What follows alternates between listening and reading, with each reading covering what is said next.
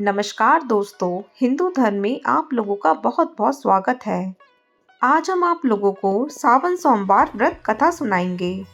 किसी नगर में एक साहूकार रहता था जिसके घर में धन की कमी नहीं थी, लेकिन उसे संतान सुख प्राप्त नहीं हुआ था, जिस कारण वह बहुत परेशान रहता था। पुत्र प्राप्ति की इच्छा से वह हर सोमवार व्रत भी रखता था और पूरी श्रद्धा के साथ शिव मंदिर जाकर भगवान शिव और पार्वती जी की आराधना करता था। उसकी भक्ति भाव से मां पार्वती प्रसन्न हो गईं और भगवान शिव से उस साहूकार की मनोरथ पूर्ण करने का आग्रह करने लगीं। पार्वती जी की इच्छा सुनकर भगवान शिव ने कहा, हे पार्वती, इस संसार में हर प्राणी को उसके कर्मों का फल मिलता है और जिसके भाग्य में जो है उसे भोगना पड़ता है। लेकिन पार्वती जी ने साहूकार की भक्ति का मान रखने के लिए उसकी मनोकामना पूर्ण करने के लिए कहा। माता पार्वती के आग्रह पर शिवजी ने साहूकार को पुत्र प्राप्ति का वरदान दिया, लेकिन साथ ही यह भी कहा कि इस बालक की उम्र केवल 12 वर्ष ही होगी। माता पार्वती और भगवान शिव की बातचीत को साहूकार सुन रहा था, जिसे सुनकर ना तो उसे कोई खुशी थी और ना ही दुख। वह पहले की तरह ही शिवजी की पूजा करता रहा। कुछ समय बाद साहूकार को पुत्र की प्राप्ति हुई। जब वह बालक 11 वर्ष का हुआ तो उसे पढ़ने के लिए काशी भेजा गया। साहूकार ने पुत्र के मामा को बुलाया और उसे बहुत सारा धन दिया और कहा कि तुम इस बालक को काशी विद्या प्राप्त करने के लिए ले जाओ और मार्ग में यज्ञ कराते जाना। जहाँ भी यज्ञ कराओ वहाँ ब्राह्मणों को भोजन कराकर दक्षिणा देते हुए जाना। दोनों मामा भांजे इसी तरह यज्ञ कराते और ब्राह्मणों को दान दक्षिणा देते हुए काशी की तरफ चल पड़े। रास्ते में एक नगर पड़ा जहां नगर के राजा की कन्या का विवाह था, लेकिन जिस राजकुमार से उसका विवाह होना था वह एक आंख से काना था, जिसकी जानकारी लड़की और उसके घर वालों को नहीं थी। राजकुमार के पिता ने अपने पुत्र के काना होने की बात को छुपाने के लिए एक चाल सोची। साहूकार के पुत्र को देखकर उसने सोचा कि क्यों ना इस लड़के को ही दूल्हा बनाकर राजकुमारी से विवाह करा दिया जाए।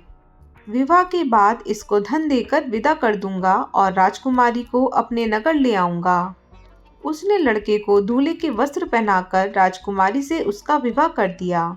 लेकिन साहूकार का पुत्र ईमानदार था। उसने मौका पाकर राजकुमारी की चुन्नी पर लिख दिया कि तुम्हारा विवाह तो मेरे साथ हुआ है, लेकिन जिस राजकुमार के साथ तुम्हें भेजा जाएगा वह एक आंख से काना है।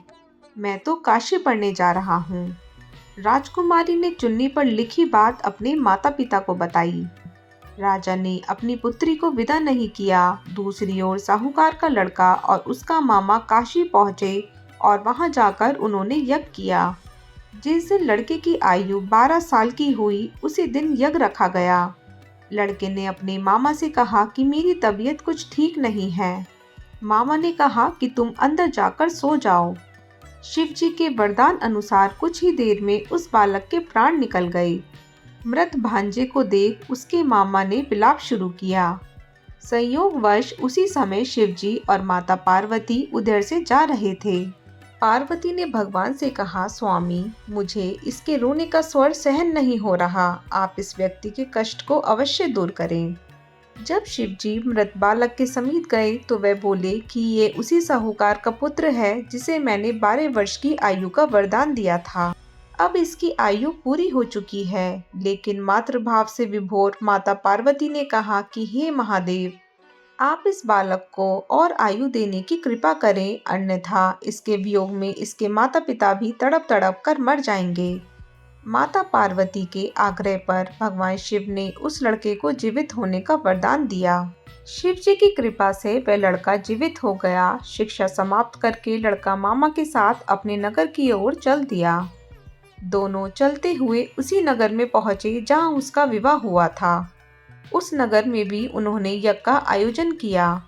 उस लड़के के ससुर ने उसे पहचान लिया और महल में ले जाकर उसकी खातिरदारी की और अपनी पुत्री को विदा किया। इधर साहूकार और उसकी पत्नी भूखे प्यासे रहकर बेटे की आने की प्रतीक्षा कर रहे थे। दोनों ने प्रण लिया था कि यदि उन्हें अपने बेटे की मृत्यु का समाचार मिला तो वे अपने शरीर त्याग देंगे, परंतु अपने बेटे को जीवित होने की बात सुनकर वे बेहद प्रसन्न हुए। उसी रात भगवान शिव ने व्यापारी के सपने में आकर कहा, मैं तेरे सोमवार के व्रत करने और व्रत कथा सुनने से प्रसन्न होकर तेरे पुत्र को लंबी आयु प्रदान कर रहा हूँ। इसी प्रकार जो कोई सोमवार व्रत करता है या कथा सुनता है, उसके सभी दुख दूर होते हैं। तो दोस्तों, अगर आप लोगों को मेरा ये वीडियो थोड़ा सा भी हेल्पफुल लगा हो तो इसे लाइक और शेयर करना ना भूलिएगा और मेरे चैनल को सब्सक्राइब ज़रूर कीजिएगा। धन्यवाद।